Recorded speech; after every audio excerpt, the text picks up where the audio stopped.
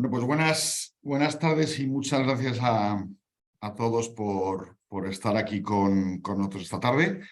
Yo soy Javier Ramírez, adjunto a la Dirección General de NITID y director del NITID Institute, que es nuestra área de formación ejecutiva. NITID cumple este año, cumplimos 20 años, nacimos como Más Consulting y desde primeros de marzo nos llamamos NITID, ¿no? Es por tanto un año para nosotros de culminación de muchos cambios, pero vamos, sin perder hasta el nombre, ¿no? Pero sin perder la esencia.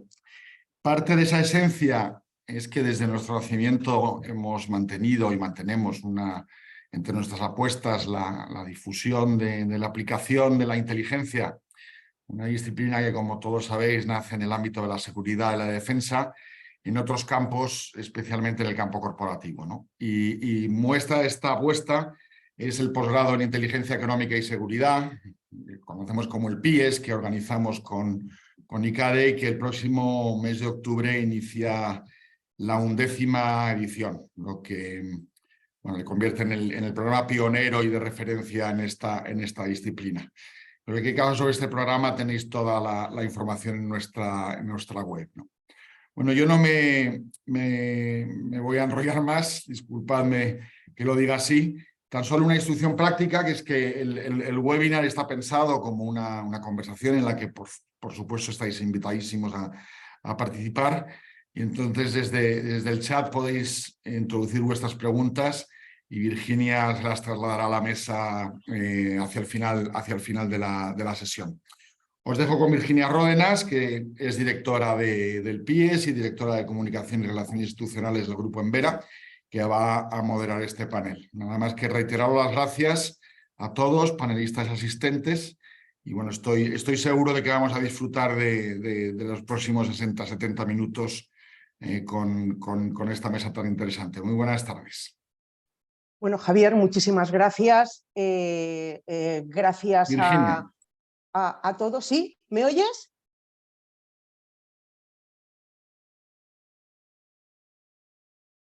Sí, dale, Virginia, dale.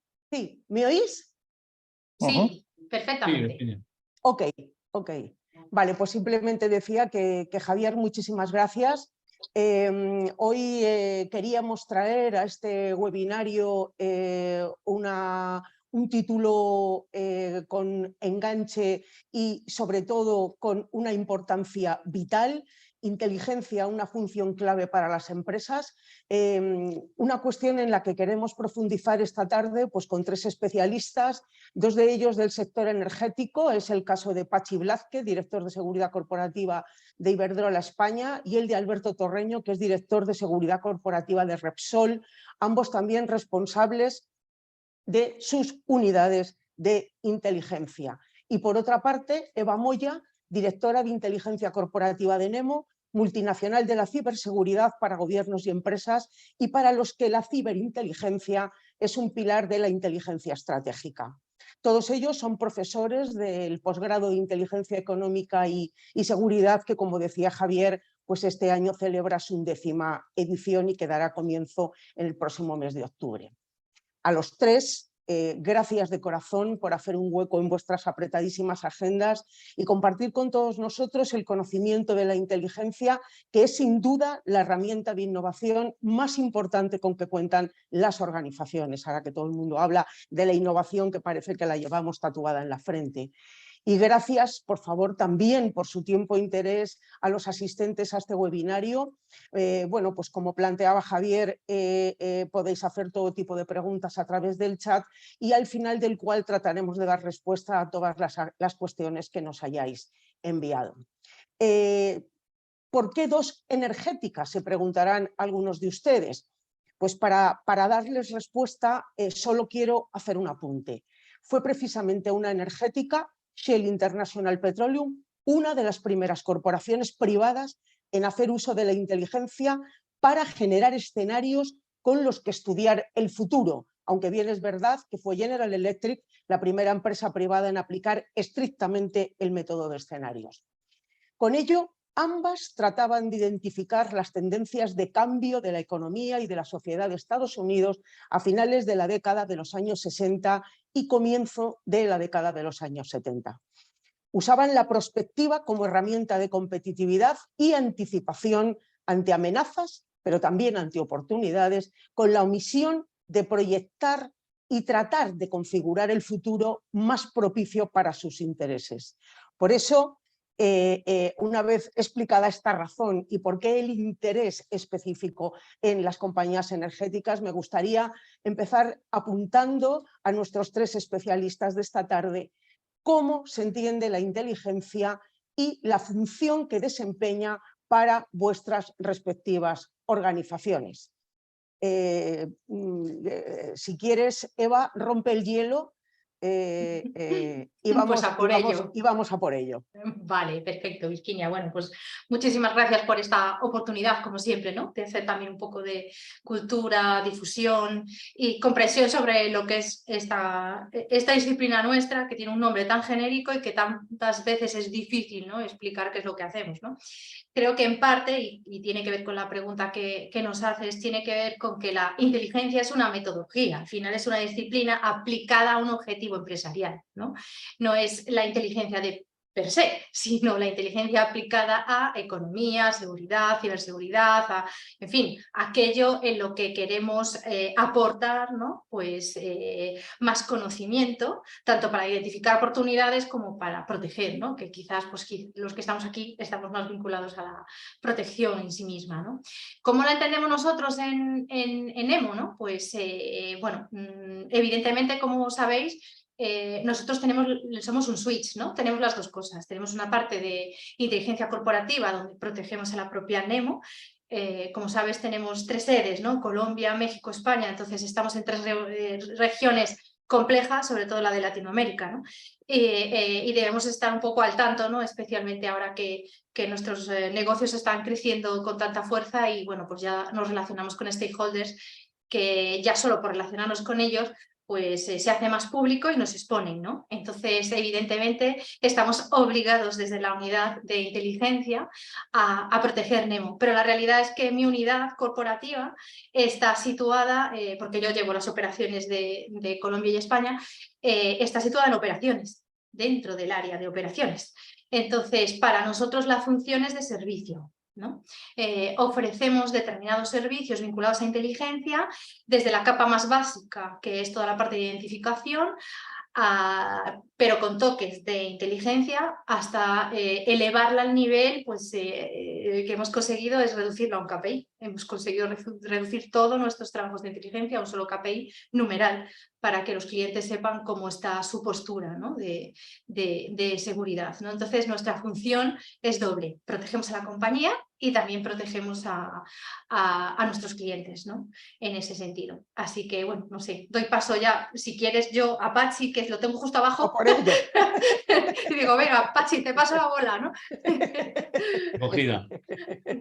Bueno, para nosotros la inteligencia fundamentalmente es una oportunidad, ¿no? Es decir, estoy de acuerdo con Eva, para nosotros nos sirve para protegernos, para hacer prospección, pero sobre todo para anticiparnos, ¿no? Yo creo que la inteligencia nos permite una superioridad informativa y además nos da una ventaja competitiva. Para nosotros la inteligencia es un elemento esencial en el día a día.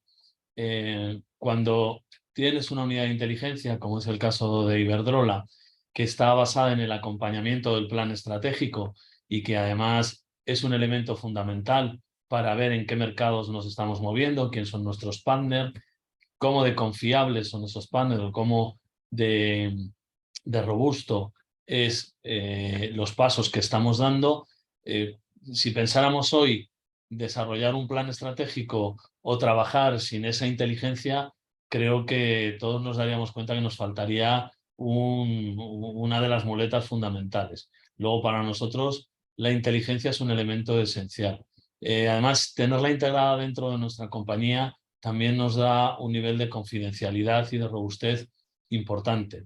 Por tanto, la inteligencia dentro del desarrollo empresarial de una compañía como Iberdrola es un elemento fundamental, no solo para la protección, sino para anticiparnos a cualquier elemento, a las amenazas o a los cambios que cada vez son más rápidos, más disruptivos y menos previsibles, ¿no? Cuanto más estemos trabajando en el escenario futuro o que está por venir, desde luego estaremos mejor preparados para resolverlo o para tomar decisiones en ese campo, ¿no? En ese ámbito. Alberto. Pues por mi parte yo lo veo más como una manera de reducir la incertidumbre. Estamos cuanto mayor sea la incertidumbre en cualquier escenario en el que estemos o más difícil sea la decisión que tiene que tomar, la inteligencia lo que permite es reducir esos desconocidos y apoyar al que tiene que tomar la decisión para que lo haga de manera correcta. Y eso puede ser en materia de seguridad, en materia económica o en cualquier otra. Fundamentalmente, lo que tiene que ser es que cuando sabemos que no es un retorno de un 5% lo que vamos a tener, sino que puede estar entre perderlo todo o que sea un 30%, pues más valor tiene. Por empezar, yo creo que lo reduciría a esto. Fantástico.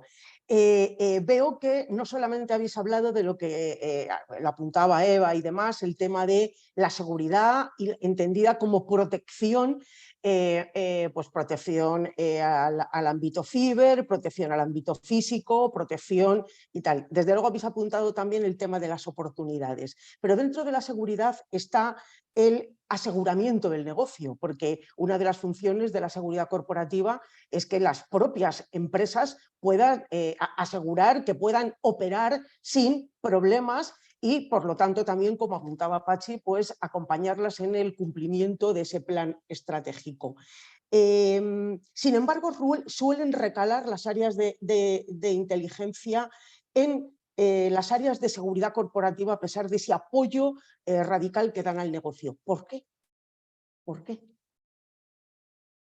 Alberto, ya que has terminado, empieza tú. Pues empiezo. En nuestro caso, muchas veces las estructuras las explica la historia. Y en nuestra compañía, la presencia en muchos países muy complicados son los que, o es la que hace que al tener despliegue de la Dirección de Seguridad en esos países y al ser un elemento básico de cualquier sistema de inteligencia, la obtención de información, de una manera natural el nacimiento y el crecimiento de la unidad de inteligencia dentro de seguridad corporativa se produjo ahí, dentro de la estructura, está dentro de la Dirección de Seguridad nuestro área de inteligencia. Como digo, si miramos el presente, tal vez la lógica no lo sea tanto, podría estar en otro lugar de la empresa. El hecho de que gran parte del sistema de obtención recaiga sobre empleados de la Dirección de Seguridad desplegados en países es lo que posiblemente lleva a que esté dentro de la Dirección de Seguridad todavía hoy en día. Pachi, bueno, para nosotros... Sí, perdón. No, preguntaba que en el caso de Iberdrola como... Bueno, nosotros quizás por la visión 360 que tiene la Dirección de Seguridad Corporativa. Dentro de nuestra organización hay diferentes negocios, ¿no? Iberdrola como tal es la suma de muchas empresas y de muchos negocios. El de generación, el de distribución, la parte comercial, el hidrógeno verde, las diferentes tecnologías que están por llegar. Entonces, la visión que tiene Seguridad Corporativa y la intervención que tiene seguridad corporativa sobre todos los negocios de manera global hace que podamos ver similitudes o sinergias, porque cuando trabajamos en temas de inteligencia, si tenemos amenazas en el ámbito de lo social, en el ámbito del activismo, en muchas ocasiones no van dirigidas a un modelo concreto de negocio o a un área concreta de la compañía, sino que a veces es el total de la compañía o la totalidad de nuestras actividades, ¿no? Bien reputacionalmente o desde el punto de vista de la seguridad. Por tanto, yo creo que desde seguridad corporativa, como bien decía Alberto, somos los primeros que aterrizamos en aquellos países o zonas en las que vamos a comenzar a trabajar y también permanecemos durante todo el tiempo, los primeros que desembarcamos y si hay que irse, los últimos que nos vamos. Luego yo creo que ese paraguas 360, esa visión que seguridad corporativa tiene de toda la acción de la compañía en todas las actividades, hace que inteligencia nos acompañe en seguridad, nos hace ser mucho más eficientes. Eva, tú por vuestra parte no solamente, trabajáis para todo tipo de organizaciones, y yo no sé si esta coincidencia suele ser también general en todas aquellas empresas y organizaciones para las que Nemo trabaja dentro y fuera de España. Claro, para nosotros es un poco distinto, ¿no? Porque sí que es verdad que por la naturaleza del negocio, de la ciberseguridad, empezamos con las áreas ciber, ¿no? CISO y demás, pero sí que es que ha ocurrido algo desde hace unos años, ¿no? Y últimamente es muy fuerte, ¿no? Y un poco la razón por la que hemos estabilizado la unidad de inteligencia.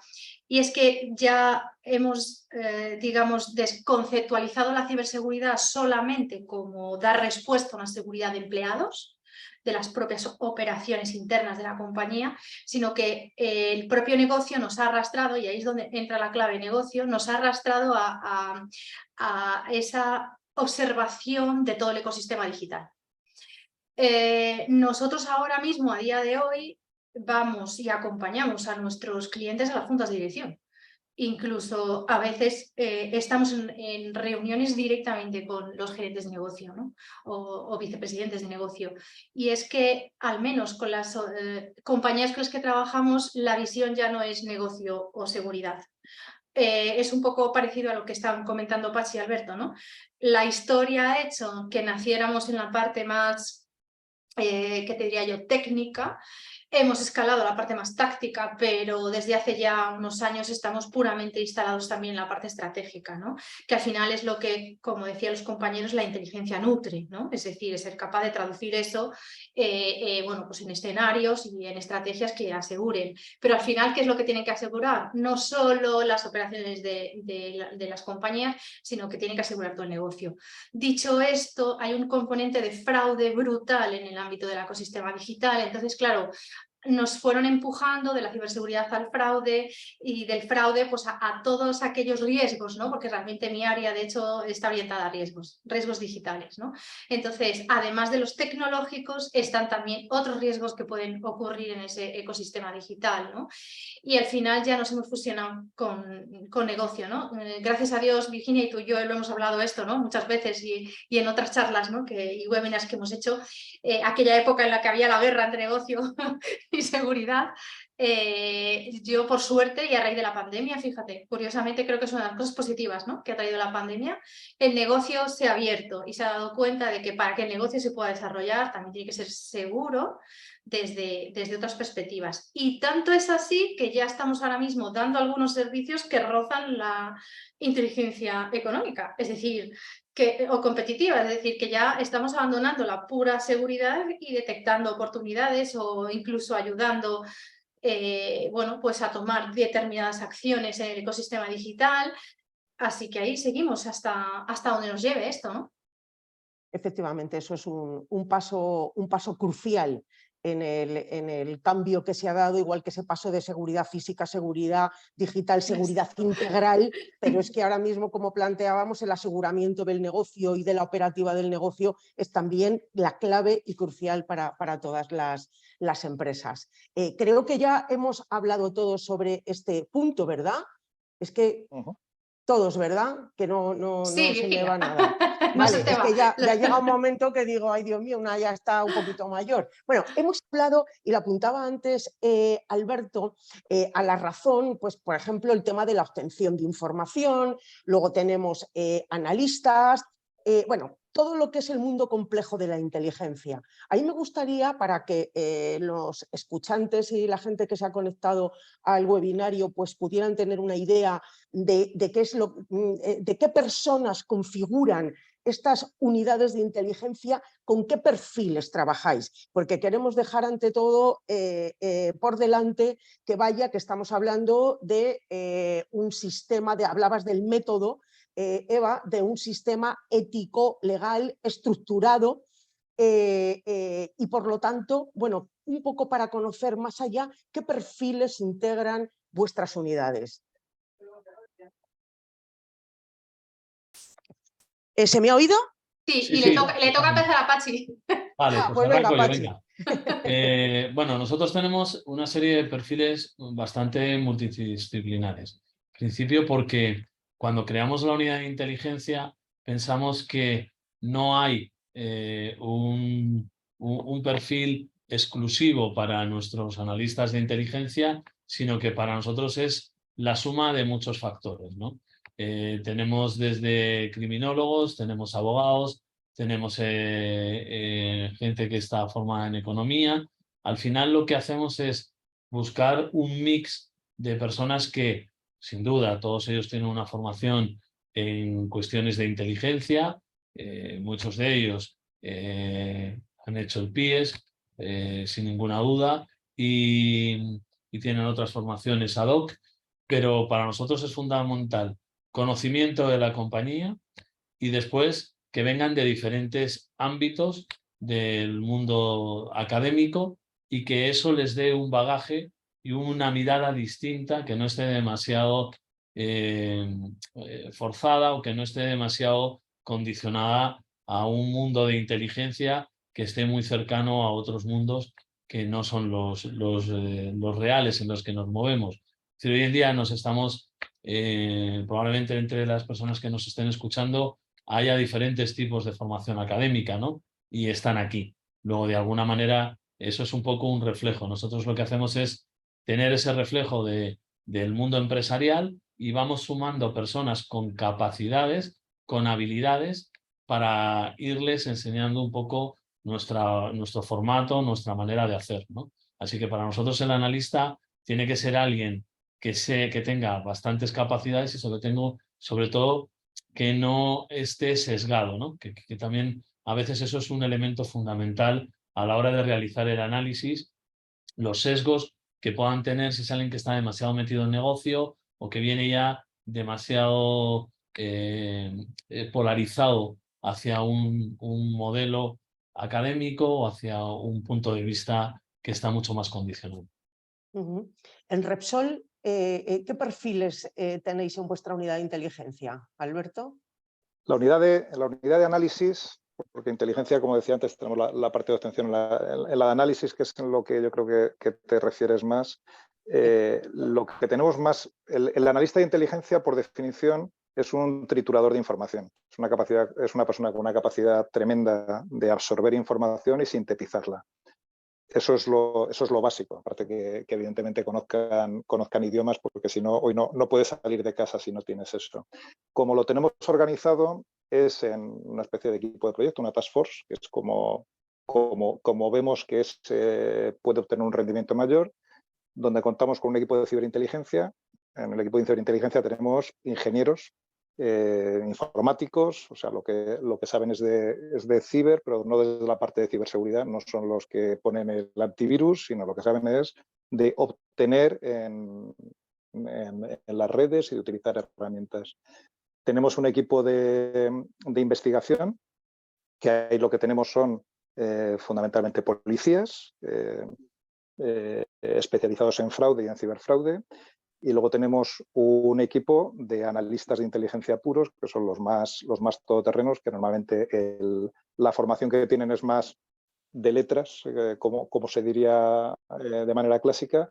Y ahí lo que estamos integrando fundamentalmente es personas con, aparte de esa formación, con una capacidad de difusión a la hora de no buscar, como se hacía 20 años atrás, personas que escribieran muy bien. No importa tanto el saber redactar como el saber presentar de una manera muy gráfica, muy resumida, porque en una empresa, me acuerdo que hace años decía el secretario de Estado del CNI, Dezcayar, decía que ningún ministro se lee nada que no entre en una tarjeta de visita.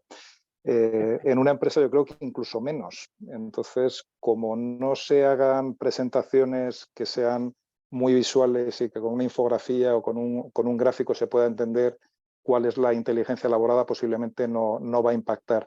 Entonces, esas personas con esa capacidad de síntesis, pero de trasladarlo a algo muy visual, son las que hemos ido incorporando dentro de ese equipo de análisis. Y todos trabajan juntos y además, digo trabajan juntos porque no teletrabajan, porque es muy necesario ese contacto físico y ese intercambio, que los ingenieros en su lenguaje de ingeniero hablen con los investigadores en su lenguaje de sabueso y que ellos lo hagan con los analistas en su lenguaje más visual.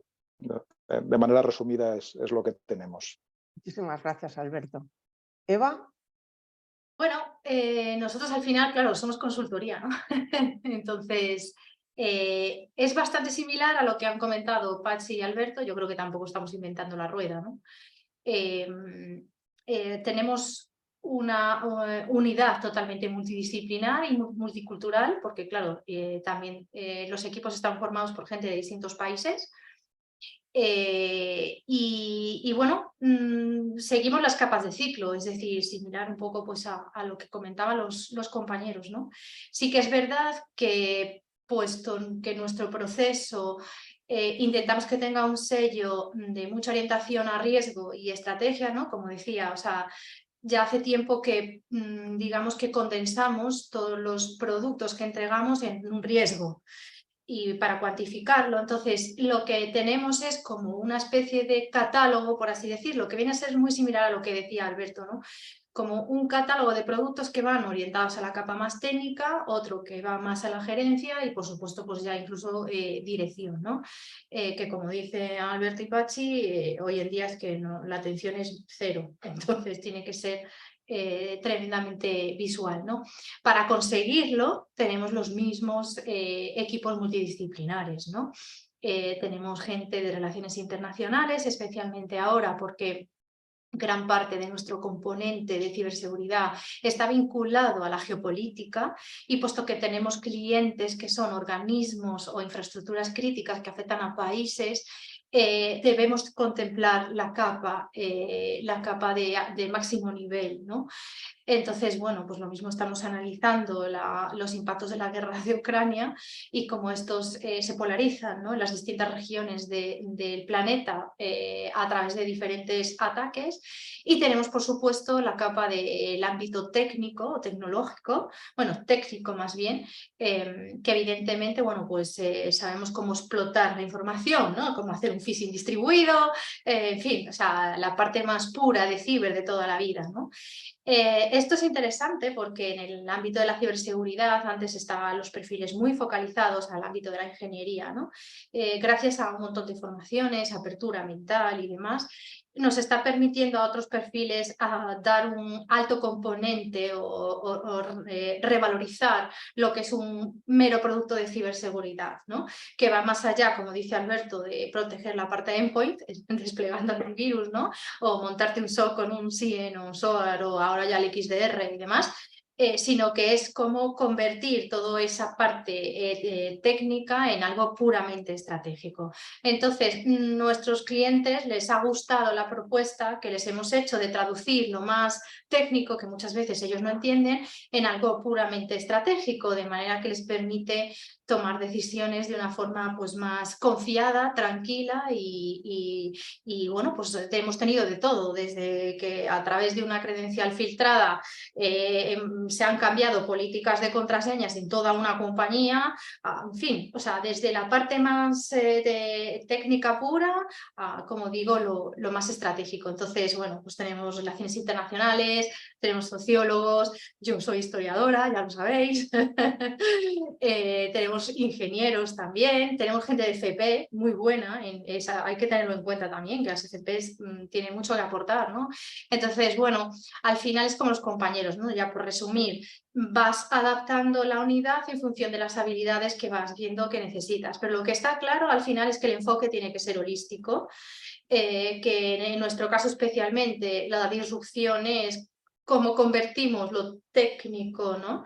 En algo que va mucho más allá y se convierte en algo puramente estratégico y claro, para eso pues debes incorporar pues todo tipo de perfiles. Por suerte, cada vez más perfiles están interesados en la ciber, de manera que ya te encuentras criminólogos que saben un poco, ¿no? En fin, es bonito ver también, porque en mi caso particular ha coincidido un poco eso, ¿no? Yo llevo 19 años en ciber, ¿no? Y entonces ha sido cómo ver crecer toda la parte de inteligencia, pero también cómo ver crecer la ciberseguridad, ¿no? De salir, pues eso, de los endpoint y los firewall a todo lo que hay ahora, ¿no? Todo el follón que hay liado, ¿no? Ahora. Me ha gustado, Eva, que hables de tomadores de decisiones, porque aquí podemos hacer también un poco de pedagogía, decir que todo esto que estamos hablando no es simplemente para acumular conocimiento en las librerías de una empresa, sino que es para dar respuesta a las preguntas claves de inteligencia que nos están haciendo los tomadores de decisores que trabajamos, nuestras unidades trabajan para ellos. O sea que esto está siempre, es información oportuna, conocimiento oportuno puesto a disposición del tomador de decisiones. Y esto es un poquito esa pedagogía, porque alguien, no sé, que sea ajeno a este mundo pueda entender que simplemente consiste en acumular información metida en un cajón. Eso sabemos que será otra cosa, pero desde luego no es inteligencia. A mí me gustaría saber, puesto que hablamos también de ese crecimiento y de tal, la parte ya hemos tocado antes al inicio de todo, cuando os he preguntado la parte de prospectiva y generación de escenarios, que yo creo que ya ha quedado bastante respondida. Me gustaría preguntaros, puesto que estáis y veo que son unidades de cierta magnitud, por no decir de magnitud muy importantes, ¿son rentables las unidades de inteligencia? ¿Alberto? Si no lo fuera, no estaríamos aquí. Sí, yo te diría que al final las empresas son muy prácticas y se mueven por números. Es cierto que el cambio del gobierno, de la administración a una empresa privada, fundamentalmente está en que en la administración pública existen estructuras o existen organizaciones porque tienen que existir, porque todos los gobiernos lo tienen, y sin embargo en una empresa puede haber modas que en un momento determinado todo el mundo quiera contar pues, con una unidad de prospectiva o con una unidad de inteligencia, pero diría en un corto plazo, si no es rentable, no sobrevive. Eso nos obliga, o por lo menos a nosotros, a intentar no solamente decir, oye, qué buenos somos o cuánto acertamos o cuánto te hemos ayudado, pero sí a tener a final de año, hacer un recuento de qué es lo que hemos hecho y cómo ha impactado, qué coste hemos tenido y qué resultado se ha obtenido para ello. Eso obliga a un esfuerzo de catalogar los productos que elaboramos, de ver qué impacto tienen y cuánto cuesta elaborar cada uno de esos productos para ver si existe ese rendimiento. Y las distintas unidades de la compañía, aunque Repsol es una compañía integrada, el coste que tiene esa elaboración y si pese a ese coste te lo requieren, eso lo medimos. Y a final de año presentamos cuál es esa rentabilidad. Esto no significa que la rentabilidad se vea solamente en materia de números, porque si en el ámbito de seguridad, dentro de la inteligencia, si evitas el daño a un empleado o si llevas a cabo la evacuación de un país antes de que se materialice el peligro, pues es difícil materializar si eso son 2 millones o son 3 millones.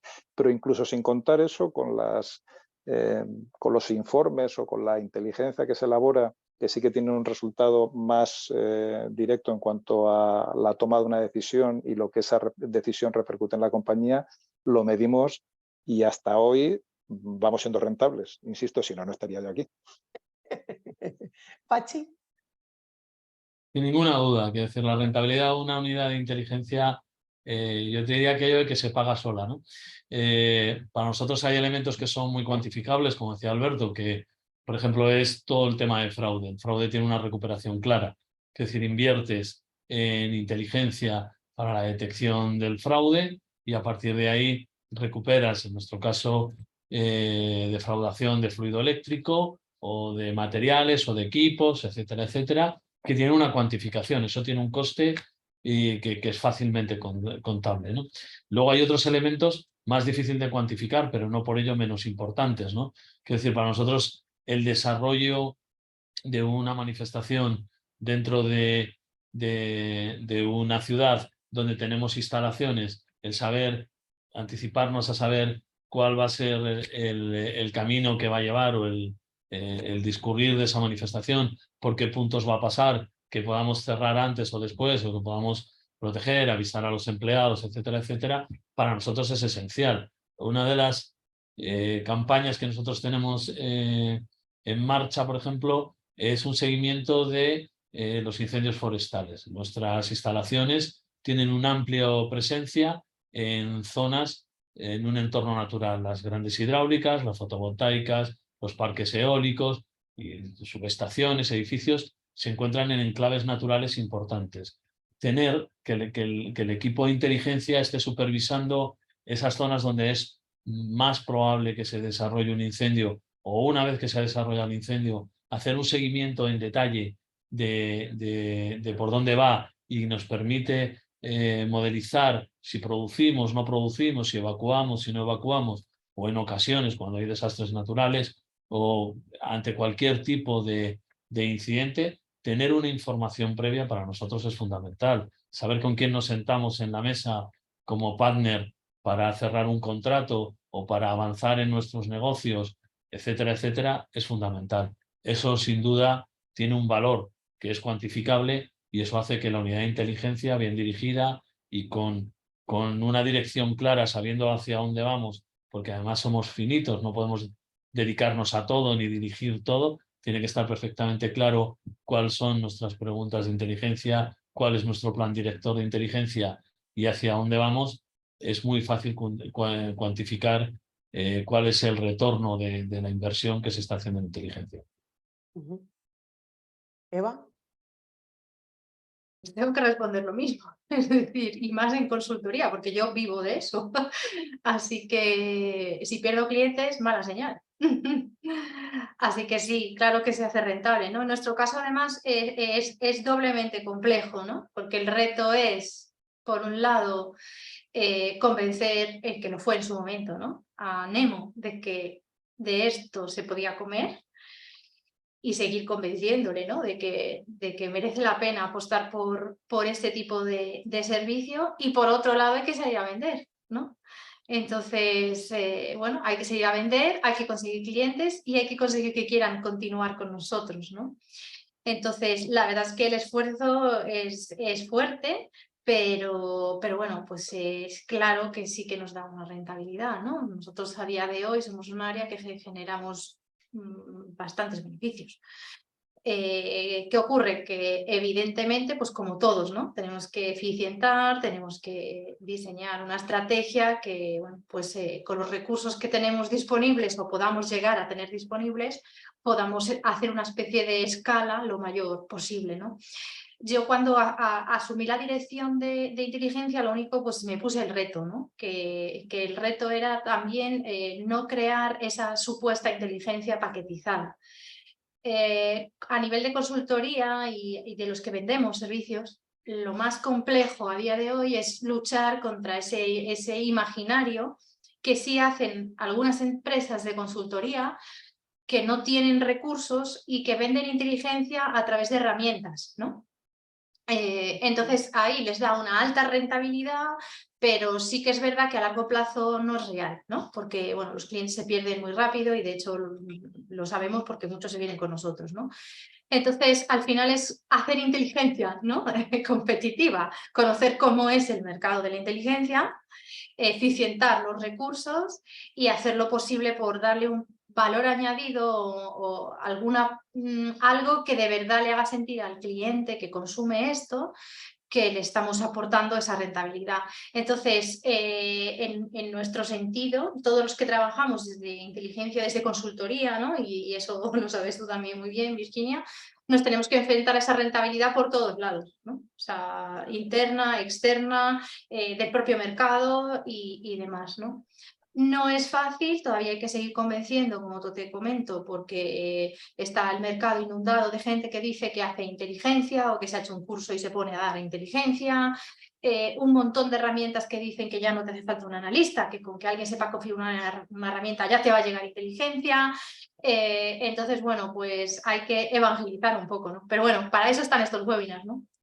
Hombre, y sobre todo, ahora os traslado ya una pregunta que nos ha hecho Raúl Pérez, que nos hace a través del chat, porque claro, nosotros estamos aquí con empresas multinacionales y con una organización como la tuya, pues que da servicio a gobiernos. Pero efectivamente estamos en un país de pymes. El 99, muy alto de las empresas en España son pequeñas y medianas empresas. Y Raúl Pérez nos pregunta qué hacer para que los medianos y pequeños empresarios entiendan el valor y la utilidad de la función de inteligencia en sus organizaciones. Es más, nos dice desde qué óptica se le pueden ofrecer los servicios de inteligencia a las pymes o si realmente las pymes requieren servicios de la función de inteligencia o si solo la requieren grandes empresas transnacionales. De cualquier forma, nosotros desde nuestra perspectiva de tratar con todo tipo de empresas, podemos decirle a Raúl que todo tipo de empresas necesitan inteligencia.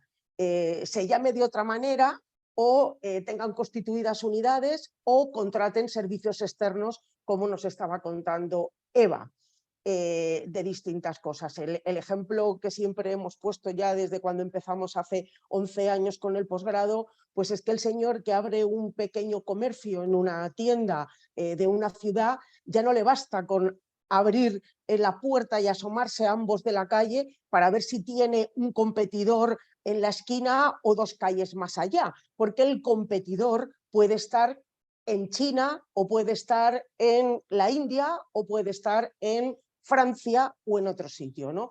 En un mundo global, con el comercio online, con todo, nuestros competidores ya no están, ya tenemos que cambiar la mirada en el mundo. Nuestra perspectiva es que, por supuesto, las pymes se tienen que sumar al reto de la inteligencia. Lo que nos pregunta Óscar ¿es accesible la inteligencia para las pequeñas y medianas empresas? Claro que entre pequeña y mediana empresa hay una diferencia enorme. Puede haber pequeñas empresas que estamos hablando de una startup a lo mejor de 2 o 3 empleados y estamos hablando de medianas empresas ya que tienen un cierto peso, ¿no? Pero realmente es lo que decíamos al principio, el 99,9 muy alto somos pymes en España. ¿Es accesible la inteligencia y es útil para la pequeña y mediana empresa en España? Os lo pregunto a los 3. Bueno, si me permites, Virginia, yo no puedo estar más de acuerdo. También Óscar preguntaba algo acerca de esto, ¿no? Sin duda, incluso las grandes corporaciones recurrimos a proveedores de inteligencia porque a veces nos podemos encontrar en un proceso en el que podemos estar desbordados y nuestras propias unidades de inteligencia, como decía antes, son finitas, o sea, no tienen las capacidades para hacerlo todo y todo a la vez, ¿no? O necesitas algo muy experto o muy concreto sobre el que no hay competencia en tu unidad de inteligencia y esa competencia hay que sacarla fuera y para eso pues hay empresas como la de Eva que te dan esos resultados.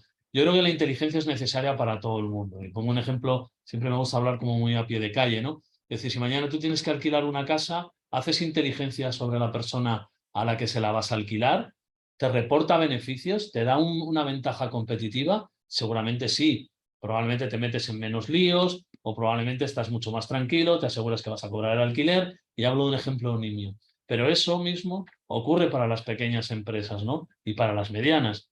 Todo el mundo, como tú bien referías ahora, tiene una necesidad de tener inteligencia o una información suficientemente trabajada para que le dé oportunidades y le dé una ventaja o competitiva o simplemente para darle mayor nivel de confort o más rentabilidad, etcétera. O sea que hay muchos mercados, hay mucha empresa que sí que te lo aporta, que no tienes por qué tenerlo interiorizado y lo puedes consumir como tú lo necesites. Puede haber una época del año en el que abres más contratos y necesitas más apoyo en ese sentido y por tanto puedes consumirlo. Pueden ser momentos puntuales porque vas a hacer un acuerdo con un partner, porque vas a entrar en un nuevo negocio, porque vas a desenvolverte en una nueva ciudad, en una nueva región o en un nuevo país. Luego yo creo que todas las empresas necesariamente deberían tener en cuenta la inteligencia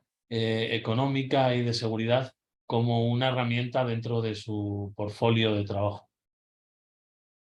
Alberto, tú que además tienes experiencias con otras perspectivas mucho más amplias, porque hay quien nos pregunta efectivamente, como apuntaba Pachi y Óscar, el tema de la IE, ¿no? Y si realmente pues, los servicios de información, en este caso pues, del CNI, no solamente se deberían de reunir con empresas pues del IBEX, empresas multinacionales, sino con o prestar servicios a todas las empresas que lo solicitaran porque necesitan ese conocimiento para emprender un nuevo negocio.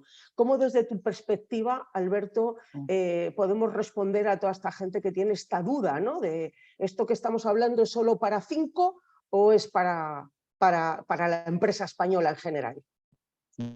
Yo creo primero que lo que has dicho tú antes tiene todo el sentido. Todo el mundo en principio necesita inteligencia y todos lo hacemos de una manera más sencilla o más rápida, más expedita o más elaborada. Evidentemente una empresa más grande, una multinacional, tiene más capacidad. Lo necesitas tanto más cuanto más incertidumbre tienes. Volviendo a lo que decía al principio, una empresa que se dedica a fabricar pan, pues a lo mejor no necesita, en una pequeña localidad, no tiene tanta necesidad como una empresa que se está internacionalizando en el África subsahariana. En cuanto al apoyo del Estado, Exacto. Sí que es cierto que las empresas del IBEX o las empresas estratégicas tienen o tenemos ese apoyo.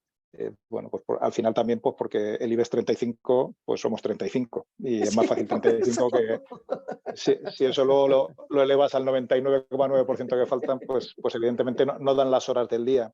Yo lo que sí que tengo experiencia o conocimiento es cuando pequeñas y medianas empresas se desplazan a zonas de riesgo, sí que ese apoyo se les presta. A lo mejor no es si están en España o si se están desplazando a la Unión Europea, a lo mejor no es tanto, pero yo lo que sí que sé es que cuando hay una empresa española que se va a desplazar a Mali o a Sudán del Sur, sí que cuando entra en contacto, que a lo mejor esos canales no están establecidos de una manera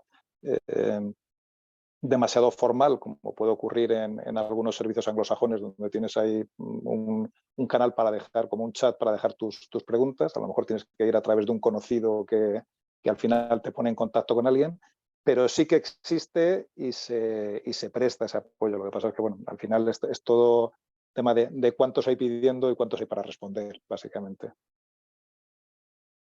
¿Alguna cosa más, Seba? Bueno, claro, nuestra experiencia es distinta, ¿no?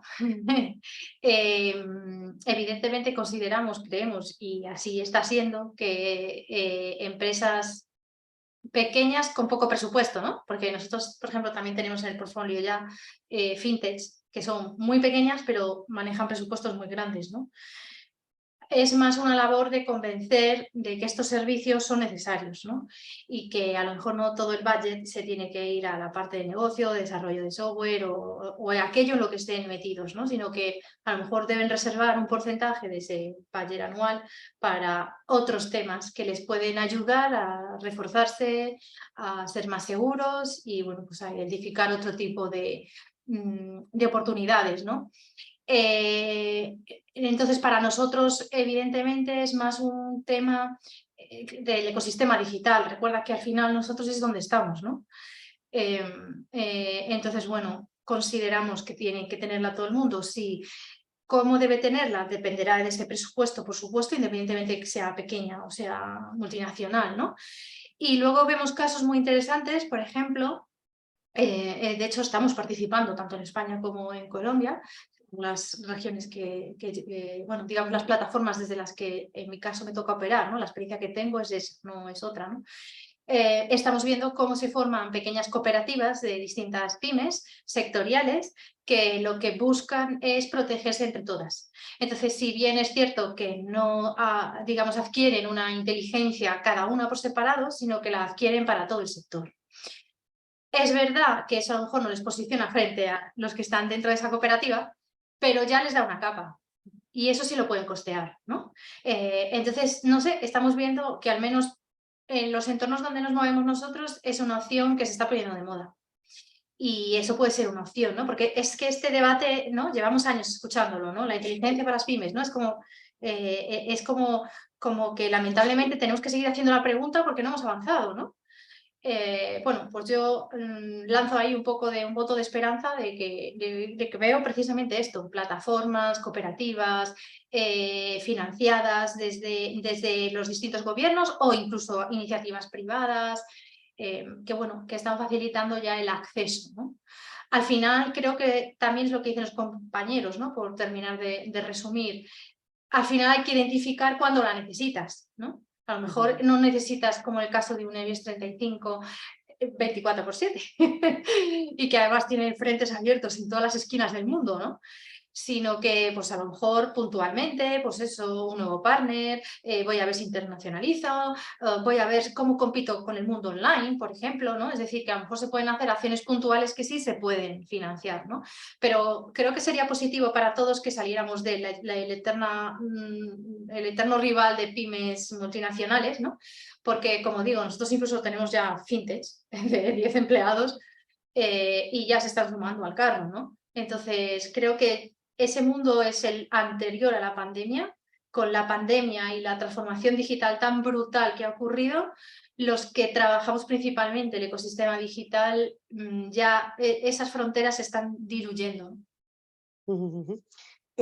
Bueno, me gustaría ahora que aportarais un poco dentro de las distintas disciplinas que tocáis dentro del posgrado, pues que, claro, sin hacer lo del spoiler, ¿verdad? Ni destripar todo vuestro magisterio, pues un poco que reflejéis qué es lo que tratamos, porque mucha gente nos pregunta, bueno, pero en un posgrado de inteligencia económica y seguridad, ¿qué es lo que se da, no? Esto no lo puedo hacer yo porque yo no soy del ámbito financiero o yo no puedo, bueno, un poco para que nos contéis.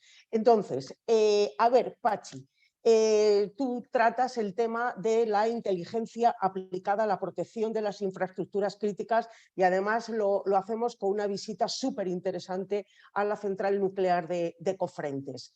¿Qué es lo que tú nos cuentas? ¿Qué es lo que nos cuentas? Bueno, yo cuento que las infraestructuras críticas, como todo el mundo conoce, son instalaciones esenciales para nuestro país, ¿no? Es decir, están soportados en ellos funciones que sin ellas nuestro país pues cojearía, por decirlo de alguna manera muy coloquial. Claro, si hemos hablado durante todo este webinar que es importante la inteligencia como un elemento para la protección y para la seguridad, cuando hablamos de una infraestructura crítica estamos subiendo varias pantallas, ¿no? Estamos hablando de un nivel mucho más elevado. Anticiparnos a todas las amenazas que podamos tener, además en un mundo como es el nuclear, por ejemplo, que ahora recientemente ha estado en boca de todo el mundo a raíz de una declaración de uno de los candidatos a la presidencia del gobierno, ¿no? Donde ha vuelto a poner, encima de la mesa nucleares sí, no, por cuánto tiempo, etcétera, etcétera. Todo ese aleteo de mariposas que se genera alrededor nos da un campo perfecto un coto de caza donde ir viendo qué amenazas o qué grupos se pueden posicionar en un lugar y en el otro. De ahí se derivan en muchas ocasiones acciones de activismo contra nuestras instalaciones o de sabotaje o intereses que nos pueden de alguna manera gestionar. ¿Qué cuento en el PIES? Pues cuento un poco cómo aplicamos la inteligencia, cuáles son las capacidades que tiene una empresa, en este caso del IBEX, para proteger y cómo se aplica esa inteligencia a los niveles de protección en un ámbito como es el de las infraestructuras críticas. Genial, muchísimas gracias. Alberto, tu clase instruye también sobre una cuestión radical, porque no solamente las empresas tienen que mirar hacia afuera, sino también tienen que mirar hacia adentro. Estamos hablando de la contrainteligencia empresarial. Pues es de lo que hemos estado hablando hoy durante esta tarde. La contra tradicionalmente ha sido la parte menos glamurosa del mundo de la inteligencia, porque aquí no colaboras a la toma de decisión o no apoyas la toma de decisión, sino lo que evitas fundamentalmente es que la información que tienes, la de más valor de tu organización, no se pierda. Eso particularmente en España es más difícil todavía de transmitir, porque como somos un país donde la Guerra Fría tuvo poco impacto relativamente, no caló tanto esa sensación de que nuestros secretos nos los estaban robando. Y si ya esto no es poco, pues en un mundo donde todos, o prácticamente todos, estáis en LinkedIn y tenéis vuestros currículums y quiénes sois y fotografías y el mundo académico donde se comparte todo, la contra inicialmente lo que hace es poner dificultades hacia el lugar hacia donde avanza el mundo, a tener todas nuestras vidas en Instagram o en TikTok, con lo que, resumiendo todo lo que he dicho, para que en una empresa la contra tenga sentido y no se te vea como el enemigo interno, tiene mucho que ver con la concienciación de los empleados, fundamentalmente con contar cómo es el mundo real y cuánto vale lo que tú trabajas y cuánto vale para otro competidor o para otra empresa. Y luego también, frente a las organizaciones clásicas de contra, el FBI es la más conocida, donde cuando hablabas con alguien de la división de contrainteligencia le decías, ¿y tú en qué trabajas? No te lo puedo decir, era todo siempre muy, muy oscurantista. Eso trasladarlo a una empresa, no puedes proteger todo, tienes que seleccionar, como gusta ahora mucho decir en la frase hecha, cuáles son las joyas de la corona, de lo que tienes, y dedicarte a proteger esa joya de la corona, porque teniendo tantísima información pública disponible y estando en una época de transparencia y exposición constante, es muy difícil protegerlo todo, es prácticamente imposible. Muchísimas gracias, Alberto. Eva, ¿está todo en Internet? Eso es una magnífica pregunta, ¿no? ¿Está todo hoy en día en Internet, no? Evidentemente la respuesta es no. De hecho, toda la parte de Internet, ¿no? El ecosistema digital es un KPI más, por así decirlo, ¿no? O sea, es una parte del cuadro de mando de inteligencia, ¿no? Es verdad que es una parte del cuadro de mando de inteligencia que cada año adquiere como más fuerza, ¿no? Porque el ecosistema digital se va reforzando. Espérate a ver ahora todo lo que viene con la inteligencia artificial, ¿no? Y cómo se puede conectar la inteligencia artificial con las redes sociales, con Internet, ¿no? Entonces, la bola de nieve cada vez se está haciendo más grande. Pero siempre tenemos que tener en cuenta algo, ¿no? Y yo en los cursos siempre lo digo, ¿no? No debemos olvidar que para tener Internet hay que tener unas infraestructuras. Hay mapas muy buenos al respecto de cómo están las infraestructuras en determinados países para que la gente y los ciudadanos puedan tener Internet y compartir sus vidas privadas, como dice Alberto, ¿no? Porque lo que al final queremos es que lo vuelquen todo ahí, porque así nos dan la información, ¿no? Es verdad que además asistimos, creo que de forma sensata, a una ampliación intensiva de la privacidad, sobre todo en los entornos de Europa, que está facilitando que ciertas plataformas que antes eran el correo y dile y el patio de la corrala de antaño, te permitan cerrar determinada información, ¿no? De forma privada, pero también es verdad que luego hay otros actores que son capaces de hacerse con esa información. Además, como nosotros tenemos presencia constante en el mundo cibercriminal, vemos cómo se roban las cuentas, vemos qué datos venden, cómo los venden, cuánto cuesta. Entonces, claro, al final, ¿todo está en Internet? No, pero Internet cada año tiene más peso. Más peso porque es el planeta digital donde ocurre cada vez donde están ocurriendo cada vez más cosas, ¿no? Y donde todos, ¿no? Hace 10 años, por ejemplo, o sea, imagínate, yo me acuerdo cuando empecé en el 97 con Internet, que éramos 4, y ahora es que todo el planeta está ahí, ¿no? Por otro lado, y en relación a una pregunta que estaban haciendo con respecto a las herramientas, ¿no? Otra cuestión que hay que tener en cuenta ya no solo es si hay infraestructura o no de Internet para que los ciudadanos de determinada región puedan conectar y puedan volcar sus datos. También hay que ver hasta qué punto pueden volcar datos y cómo está la censura, ¿no? Es decir, hay que ir un paso más atrás, ¿no? Para poder hacer un análisis real y no sesgarte por la geografía que estás estudiando. Pero luego también tenemos otro sesgo de fuente, porque, por ejemplo, las redes sociales, venga, herramientas que monitoricen todas las redes sociales, ya, pero dependiendo de en qué región estés del mundo, se usa más una red social que otra. Entonces, a lo mejor tienes una herramienta estupenda para Twitter, y no la están usando en una parte del planeta, ¿no? Y tú piensas que no hay nada, pero sí está ocurriendo todo, pero está ocurriendo en otra red social, ¿no? Entonces, al final, el hecho de trabajar en el ecosistema digital te obliga constantemente a ir un paso hacia atrás para entender cómo es el comportamiento social en relación a la tecnología que está expuesta en Internet o la propia Internet. Por ejemplo, sabemos que hay países en África que no disponen de Internet en sus puestos de casa, pero sí la tienen a través del móvil. Pero el móvil te permite solo un determinado tipo de comportamiento, interacción con los ecosistemas digitales, de manera que sabes qué tipo de información vas a tener o no vas a tener, ¿no? Entonces, eso está relacionado con la estrategia de mapa de fuentes, es decir, con toda la fase previa antes de levantar como tal una unidad de inteligencia, ¿no?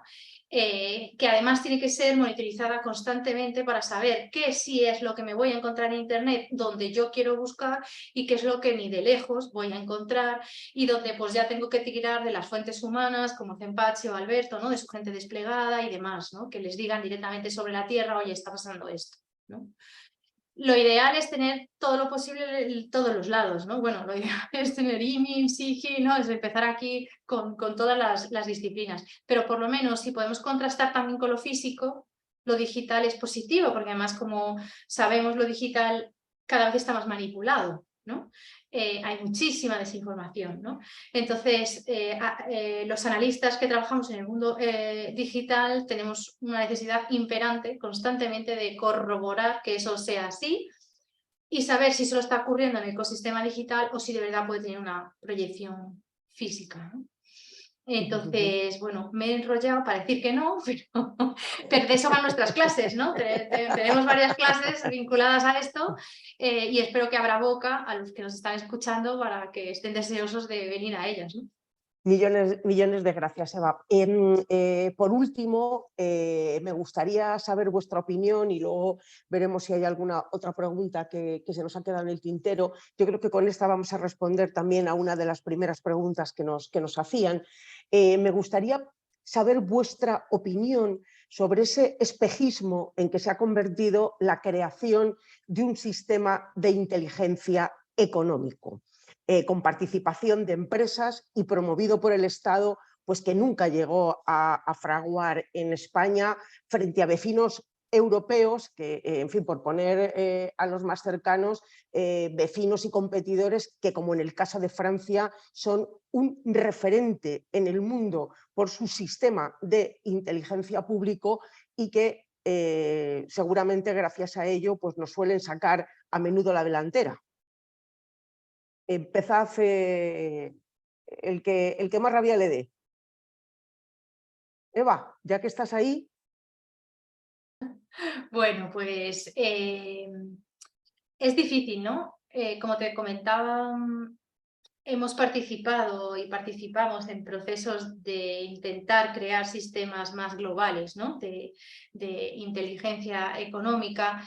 Es verdad que poner de acuerdo a tantos actores y sobre todo con lo que más nos hemos encontrado, que tiene todo el sentido por otro lado, es con el tema de la confidencialidad y que le digo al de enfrente que soy yo o no, y hasta qué punto le suministro a un organismo público mi información que no sé si se la dará al de la competencia, pues porque luego en esos puntos suele estar gente puesta en función de la ideología que haya en ese momento y si luego se va a la otra empresa, ¿no?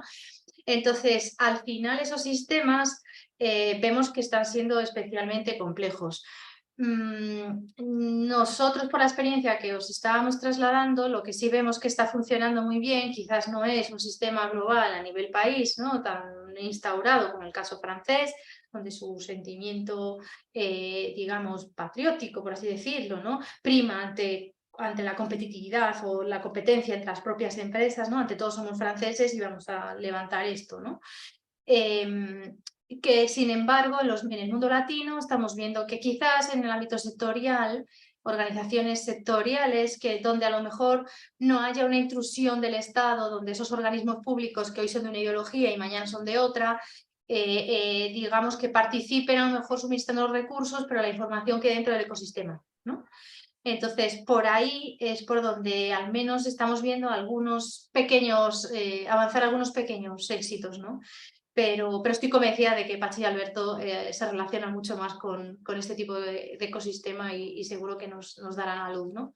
Ya te digo que nuestro lado funciona bien si está dentro del propio sector y si no hay una intervención excesivamente pública, en el caso latino, porque los latinos no se fían de a quién le están dando la información. Patxi.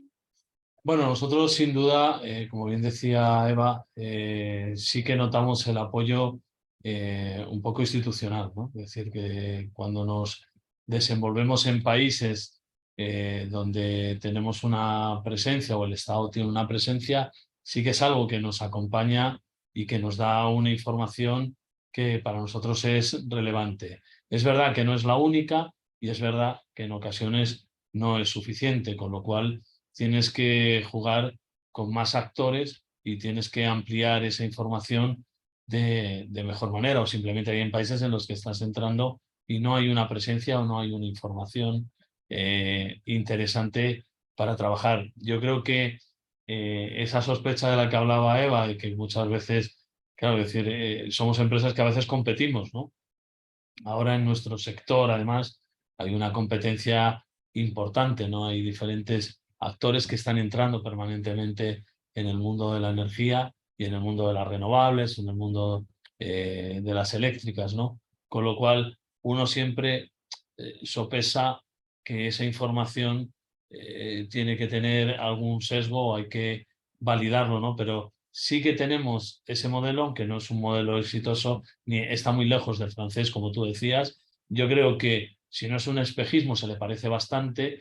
Desde luego no hay. Sí que hay grupos de interés donde tú puedes desarrollar ese trabajo. Hay grupos de trabajo de iguales que dejamos la competencia a un lado y nos dedicamos a trabajar en pro de la seguridad con independencia de cuál sea nuestra marca.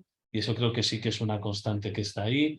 Luego hay grupos de profesionales que se dedican a la inteligencia y que también comparten información y sobre todo en el mundo ciber, donde sí que hay una real colaboración cuando alguien está siendo atacado, cuando alguien tiene información de ataques y demás. Yo creo que en nuestro sector, en el de los directores de seguridad, sí que creo que no tenemos tan presente el tema de la competencia o la lucha comercial entre nuestras compañías. Estamos más centrados en podernos ayudar porque tenemos amenazas comunes y tenemos enemigos comunes. O sea que en ese sentido sí que lo notamos, pero no estamos en el modelo francés ni de largo.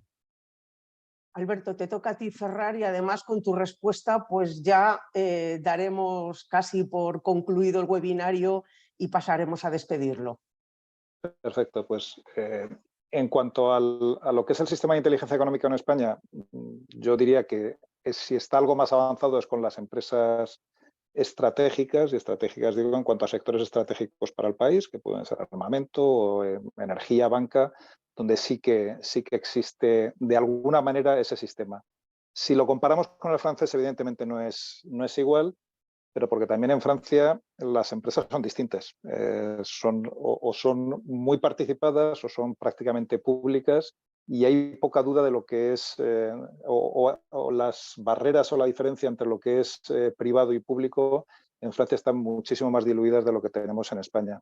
Pero, sin embargo, nosotros estamos en algunos de los otros sistemas públicos que existen. Estamos en el norteamericano también, que tenemos nuestra segunda sede está en Houston. El sistema anglosajón está mucho más desarrollado, pero se basa en algo muy importante, que es la capacidad de acceso a la información disponible. En cuanto a la información está clasificada, las empresas, si no tienen personas que tengan la acreditación de seguridad para acceder a cierto tipo de información, no lo pueden hacer. Con lo cual sí que está muy institucionalizado, se producen las reuniones tanto en Houston como en todos los países donde tenemos despliegue y podemos recibir informaciones, pero el nivel de profundidad de esas informaciones o de la inteligencia que podemos recibir es muy leve, precisamente por la incapacidad de acceder a las fuentes de esa información. Con lo cual, sin estar como los franceses, tampoco yo creo que estamos tan mal como podemos pensar o con la queja que normalmente tenemos muchas veces en las empresas, de decir, esperamos más. Bueno, pues cuando estamos con nuestros compañeros norteamericanos, vemos que también ellos esperan más. O sea, al final de cuentas, no somos EDF o tales, pero bueno, tampoco estamos mucho peor de lo que puede estar Exxon. Qué alegría, pues oye, es una esperanza poner punto final sabiendo que aún hay luz al final del túnel. Nos quedamos sin tiempo.